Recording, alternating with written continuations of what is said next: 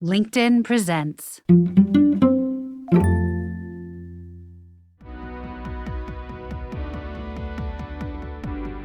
Today, learning about the origins of perfectionism so we can tackle it head on. I'm Aarons-Mele, and this is The Anxious Achiever, the show that looks at the intersection of mental health, leadership, and work, and asks, how can we do it all better?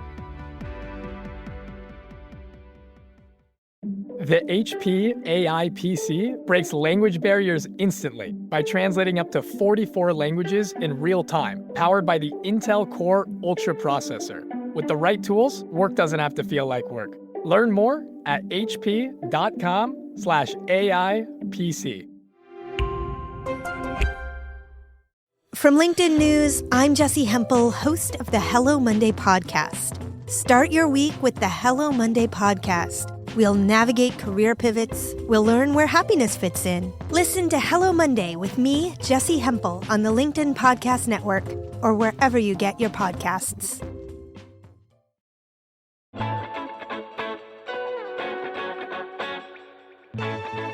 Your perfectionist tendencies might not come from where you think. Or maybe they do. But if you feel constantly on edge, stay up late to polish off PowerPoints, kick yourself for a week if you misspeak in a meeting, today's episode will do you some good. First, because it will help you understand your behavior, and then because it will help you put some new behavior practices in place. We're resharing an interview I did with Dr. Thomas Greenspon. He's a psychologist and family therapist, and he's author of the books What to Do When Good Enough Isn't Good Enough and Moving Past Perfect. And as an expert on perfectionism, he shares wonderful perspective and advice on how to manage this in our lives. He gave me one of my favorite pieces of advice ever, which is, if you let go of the anxious perfectionism, you would still be excellent and amazing. Enjoy.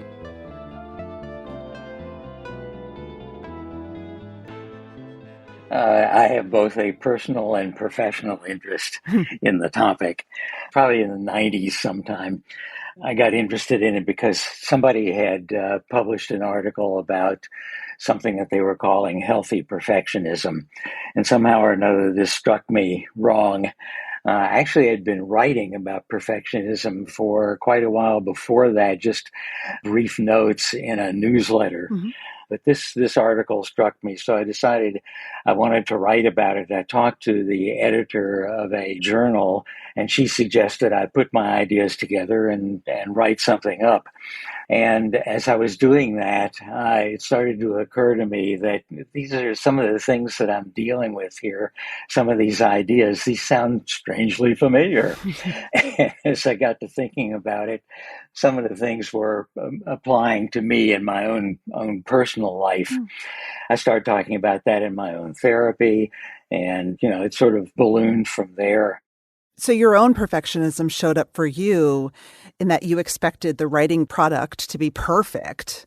Yes, if the paragraphs that I wrote, and when I started writing, this was back before word processor, so literally there was a typewriter there, and I would type a paragraph and look at it, and if it wasn't absolutely perfect in my mind, I'd tear it up and start again. And, writing became such a hassle and such a burden under those circumstances because I was so self-critical and so on that I quit doing it for a long time. And at that time, I didn't understand what it was that was going on. Yeah. I just figured, okay, well, I'm not a very good writer or whatever it is, but it didn't occur to me I was so self-critical that I was making myself into a terrible writer. God. Oh, well, to that point, I'd love you to define perfectionism. And I also want to bust through some of the myths surrounding perfectionism, because I think there are a lot of myths.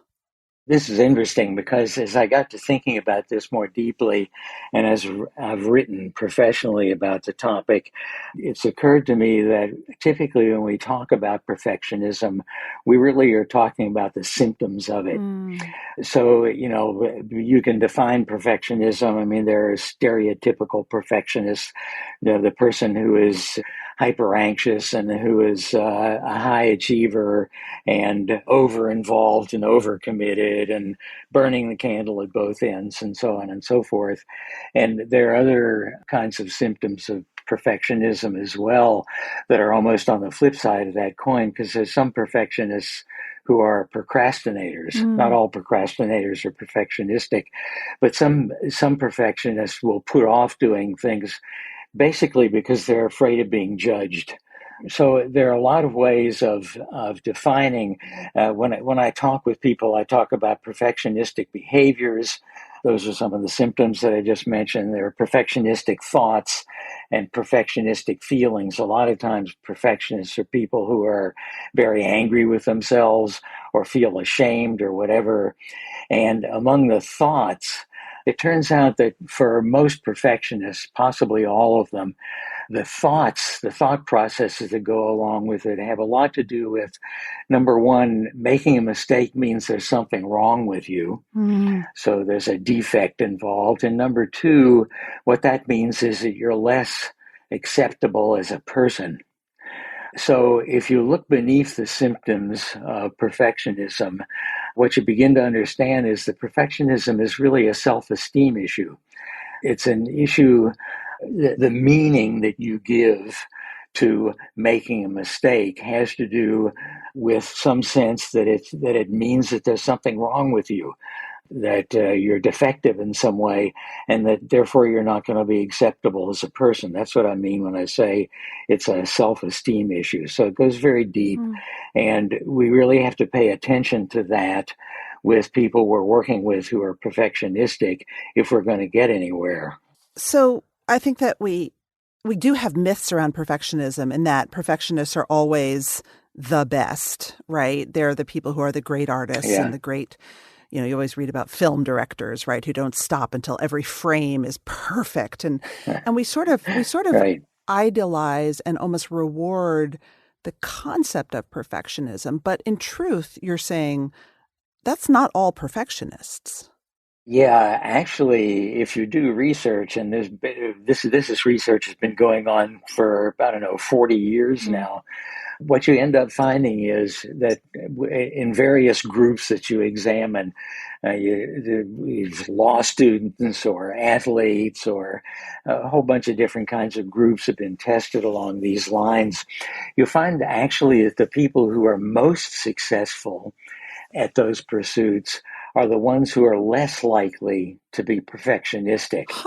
The people who are highly perfectionistic are not likely to be as successful. And, what we understand about that, at least from the point of view that I'm arguing from psychologically, is that perfectionism involves so much anxiety about how you're doing that it tends to get in your way. And so it turns out that perfectionism stands in your way. So those very highly successful people are actually less likely to be perfectionistic.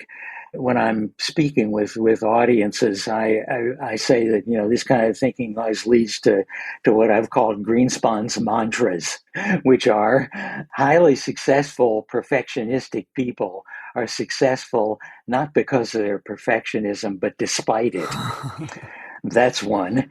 And the other is, if I could magically wave a magic wand and get rid of your perfectionism, your success is not likely to change, because it isn't perfectionism that leads to success. It's your talent and your energy and your commitment.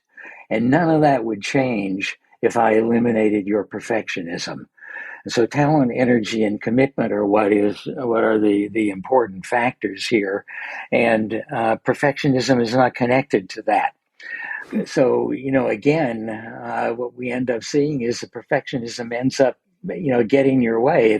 It's a vicious irony, because it seems like if I struggle to make myself perfect, then I'll be highly successful. But it turns out that if I struggle to make myself perfect, I'm stamping on my own feet. But it must feel like a chicken or the egg for a lot of people. I mean, myself, it's like, did I have that success because I was perfectionistic and I pushed myself so hard? So I better keep doing it. Yeah. So I like to distinguish for people between perfectionism and the pursuit of excellence. Okay. There's a major distinction there. If you're a person who, again, burns the candle at both ends, you put all of your energy and your effort into something, you're very conscientious, you even wear yourself out and all of that, that's great. You're pursuing excellence under those circumstances, but we can't say that you're perfectionistic unless there's some other things that are also true about you. And I always explain that perfectionism is like the wing of an airplane. There's a leading edge and a trailing edge. The forward edge of perfectionism is all of that energy and commitment and all of that talent and all of that conscientiousness, the willing to put in the effort, all of that. That's the leading edge of perfectionism. But you aren't perfectionistic unless the trailing edge is also there, which is the fear of making a mistake. Basically, that's what it comes down to. And if that's part of your psychological makeup, if you're concerned about making mistakes, if you worry about making mistakes, and if deep down inside of you, you feel like you're going to be less acceptable to other people if you make mistakes, they're not going to like you as much, they're going to judge you, whatever it is, then perfectionism is part of the picture. So for me, the bright line that divides between the pursuit of excellence and perfectionism is the presence or absence of this fear of making mistakes and this sense that you're less acceptable if you do. And a fear of, I guess, also feeling shame. Exactly. And, that's why that's involved with this issue about self-esteem. If you feel like there's something wrong with you for making a mistake, there is shame involved in that. And that's exactly right. And, we do all kinds of things in reaction to shame. We try to bury it. We get very angry at other people. You have these, is another stereotype about perfectionistic people, is that they drive other people very hard. If you're part of a project that I'm involved in and I have to be perfect, then of course you have to be perfect also. Or else I feel like it's a reflection on me and my shame kicks in and I get mad at you for not being perfect. I have to tell you an anecdote, which is that I noticed my perfectionism showing up for me this weekend, right as I was thinking about talking to you, which is that, when I get really stressed, I get controlled over my eating and my exercise. It's like a very old bad habit. Mm-hmm. I had told myself that I was only going to eat in a certain amount this weekend. That's just what I do to try to feel control. And instead, I ended up eating a whole box of cookies because once I had one, I thought, oh God, well, now I've blown it. I'm not on my plan. I might as well eat all of them. And then, of course, I felt horrible, shameful, like I was a bad person. And I thought, that's my perfectionism showing up. The irony is I ate a whole box of cookies I didn't not eat. Yeah. And, for some people, I don't know if this is true for you. I don't know you that well, but for some people, maybe this is true for you. I know it is for me. There's also another very deep issue involved in a situation like that. When we're thinking as perfectionistic people and we're thinking that whatever this project that we're involved in now has got to be done absolutely perfectly, there's a sense of a lack of agency in that. It almost feels like we're being controlled by some outside forces. And in some cases, the way we translate that is, well, we're being judged by other people and they're controlling, our lives and they're making it so that we have to be perfect. And, we feel out of control. We feel what in psychology we call a lack of a sense of agency. So think about this for a second. You're sitting there with this box of cookies and you're going to control what you're going to eat, and you're going to make sure that you only eat a certain number of cookies or whatever. When you sit there and say that to yourself, what you're thinking is, I have no agency here. These are these outside influences that are controlling me. And so what are you going to do? You're going to exert a sense of agency by eating all the goddamn cookies that you want. and so it becomes a matter of personal agency. And that's another one of the vicious ironies about perfectionism. It drives us to do things that we know we shouldn't do. And that just increases the shame. It increases a sense of being totally out of control, that there's nothing we can do. It's one of the reasons why so many perfectionistic people not only have what we would label as anxiety disorders, but also are very depressed. Very many times people who are depressed and suicidal end up also being perfectionistic. Those two things can run in parallel for people.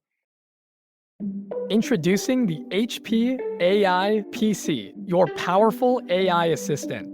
Easily search through personal files, gain valuable insights, and make smarter, more informed business decisions. Unlock the future of work today with the HP AI PC, powered by the Intel Core Ultra processor. With the right tools, work doesn't have to feel like work. Learn more at hp.com/AIPC. Hi, this is Alex Kantrowitz. I'm the host of Big Technology Podcast, a longtime reporter and an on-air contributor to CNBC. And if you're like me, you're trying to figure out how artificial intelligence is changing the business world and our lives. So each week on Big Technology, I bring on key actors from companies building AI tech and outsiders trying to influence it, asking where this is all going. They come from places like NVIDIA, Microsoft, Amazon, and plenty more. So if you want to be smart with your wallet, your career choices, in meetings with your colleagues, and at dinner parties, tune into Big Technology Podcast on your app of choice. Tom, do you find that a lot of adults don't even realize that they struggle with perfectionism? Yes, I do. First of all, and secondly, this is a whole bigger issue. We live in a culture that sort of breeds perfectionism. And so to some extent, for some adults, being a perfectionist leads to what people have called humble bragging. I'm such a perfectionist. When a person says that, it's like they're being proud of something that they know drives them nuts. And the reason for that is that we tend to lionize people who are highly successful in our culture. And we also, since we live in a very hyper-competitive and individualistic culture, we tend to think of great success as a mark of sort of personal accomplishments, something that somebody does entirely on their own. It's a sign of their great intellect or their great capacities or whatever it is. And we tend to ignore the fact that nobody is successful entirely on their own.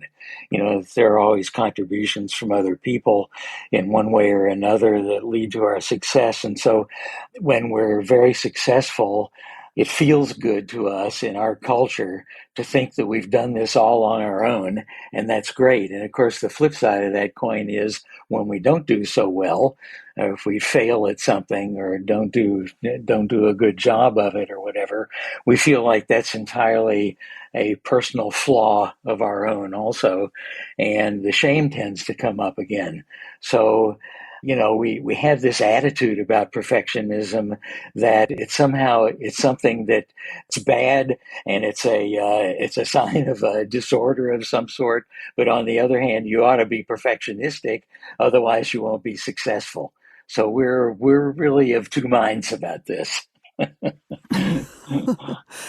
I mean, does perfectionism usually have its roots in one's childhood, or can it happen as an adult? So to understand the psychology of perfectionism, there's a couple of things that's important to know about human psychology in general. Mm-hmm. And when you ask about whether it starts in childhood, the answer to that is yes. We don't know how young, because the younger a child is, the harder it is to measure something like, something as complex as perfectionistic behaviors or thoughts and so forth.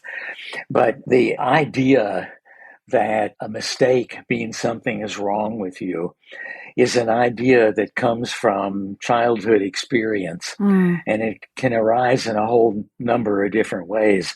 When we're young, from birth, if not before, we're always interacting with other people in our environment.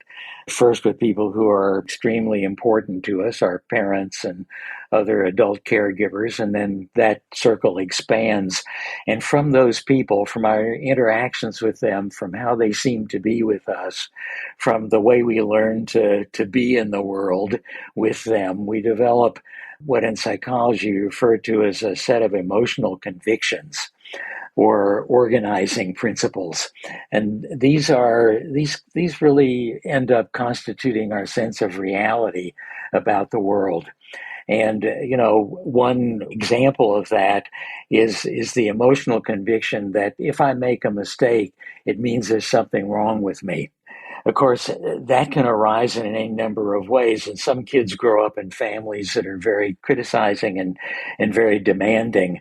And it seems to the child that if they make a mistake, their parents are disgusted with them or angry with them or look down on them or don't accept them as much or judge them or whatever it is. And so clearly there's something wrong with making a mistake. That's the conclusion that we come to. That's the emotional conviction that we develop. And that becomes our sense of reality. You know, we don't even think about that anymore because, of course, if you make a mistake, it means that there's something wrong with you. And then to go along with that, it means that, people are upset with us or they don't like us as much or we're not as acceptable and so forth. And so we tend to develop those emotional convictions. We all do as we grow and develop. If, on the other hand, the environment that we grow up in is very accepting, and if the people who are adult caregivers are essential others in life are thrilled to see us and happy that we're part of their lives and separate what they think about us from how we accomplish things. So they like us for who we are as opposed to for what we can do.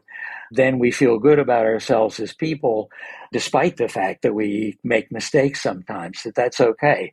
We make a mistake, we learn from that, we grow and we develop, and everything is fine. Everybody makes mistakes. Those are all the emotional convictions that we develop in an environment where it seems like we're acceptable to other people and they like us, not for what we can do, but for who we are. Human beings, in an evolutionary sense, are meant to connect with one another. So connections are vitally important to us. Like I say, and when I'm speaking with audiences, we were never big enough or strong enough or fast enough to survive in the world unless we banded together with each other. And we do that through empathic connections with one another. We have a sense of belonging to one another and a sense of understanding of each other. And so that sense of connection with other people is crucial to us. And if it feels to us like people don't like us or they're judging us, or the connection that we feel to other people is endangered in some way, then we work very hard to overcome that, to make that better. And if you're already perfectionistic in some ways, then you'll just struggle harder to be a perfectionist. So, these things do originate very early in life, right from the beginning of life, because it's right in the beginning that we begin to relate to others, and who they are has a large bearing on who we are. And I think it should be said also, as I alluded to before, I mean, we live in a larger culture that also is perfectionistic to a degree, highly individualistic, highly competitive. And so it becomes clear to us another part of our emotional convictions or our sense of reality about the world is that you should try to make yourself perfect because that way, you'll be appreciated and praised by other people. You'll have a sense of belonging. You'll be looked upon as a successful person. Right. This is a cultural trait that we have. And so as a culture, we tend to breed perfectionism, which is why it makes it so difficult to overcome it. It's because it's not just an individual trait that we're talking about. It's something that's supported by our culture. Right.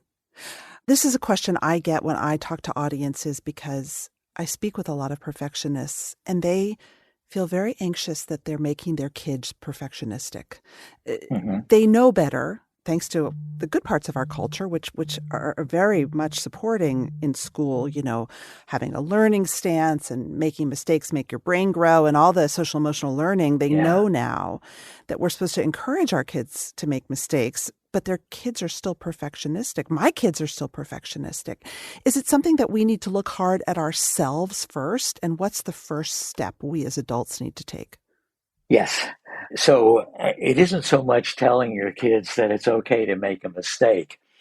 If we do this in therapy, we have people go out and make a mistake, do it on purpose, come back and tell us how that feels and so forth. The first thing you're going to do is to walk out the door and try to do this assignment perfectly. So, so we end up generating the kind of thing we're trying to overcome. What I say to parents and to teachers is mistakes are fine, but make sure that your kids understand that you love them even if they do make mistakes. Remember to tell your kids always what you like and appreciate about them, separate from what they can accomplish. It's okay to jump up and down and yell and scream when they come home with an A+ and say that's great. But it's also very important to say to your kids, if you came home with a lower grade than that, I would want to talk with you about that, but I would certainly still love you as much. It wouldn't mean something is wrong with you. It would give us an opportunity to learn something new. So I am always encouraging people to tell kids they will love them no matter what. And, so that helps them to feel more acceptable and more understood and acceptable despite the fact that they've made mistakes. That's what I think parents can do for their kids. And also, by the way, if it feels to you like you have been perfectionistic in your life, and if you look at your child and you see them doing some things that you used to do, you're an expert on this, as it turns out. Sit down and talk with your kids and say to them, I watch you struggling with this thing, and I wonder what you're saying to yourself and how you're feeling about yourself. And I'm seeing myself as I was as a young person. I used to get mad at myself for making mistakes. Is that what you're doing? Is that what's going on for you? Because if it is, let's you and I talk about this and talk about something we can do together to get beyond that. So, have a conversation with them. My 4 factors of an approach to overcoming perfectionism have to do with empathic understanding of what's going on for perfectionistic people. That when you see a person who's perfectionistic, it doesn't mean that they're acting crazy or whatever. It means that they are not feeling as acceptable as they might otherwise. And it's important to understand that from their point of view, to understand what it means. It's important for us to understand what we might be contributing to their perfectionism. Does it seem to you like I only like you when you do well?